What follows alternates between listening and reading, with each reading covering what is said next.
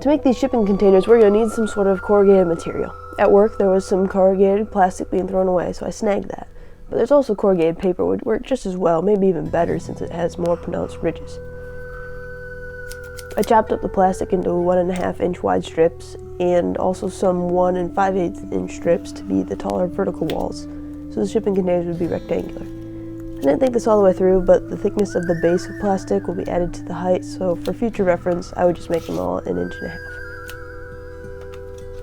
I cut the strips into different lengths to make different 1/64 scale shipping containers. For 40 feet containers, I cut 7.5 inch long pieces, and for 20 feet, I used 3 3/4.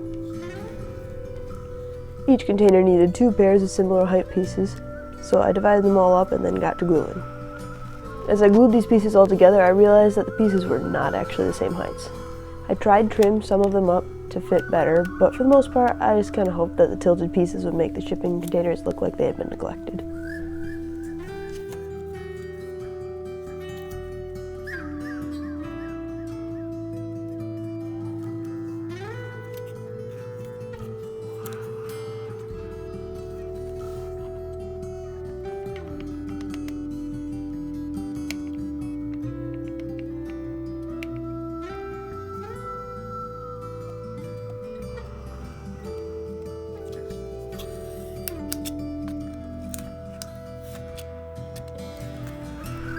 I cut 1/4 inch slices of cardboard and used those to cover the ugly exposed edges of the plastic and also to make the border that shipping containers have.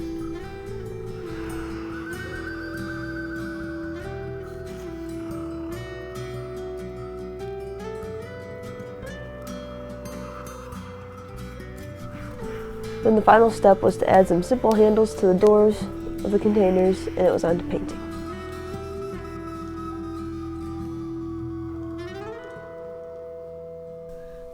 I kept the painting pretty basic.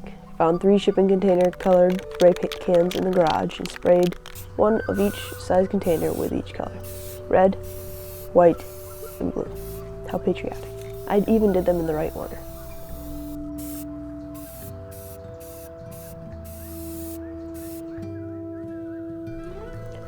Once the paint had dried, I added a bit of rust to cover up some of the ugly bits and improve the post-apocalyptic aesthetic using the same methods I used in my Gaslands card build.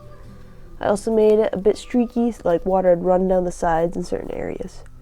I decided to skip adding any pastel dust since the containers were a bit rustier than I had planned on making them.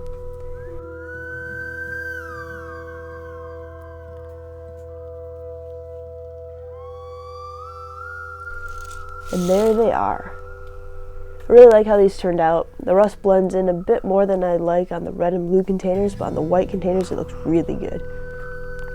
There's definitely room for improvement on the cardboard seams, but for old, dilapidated chunks of metal it still looks pretty appropriate.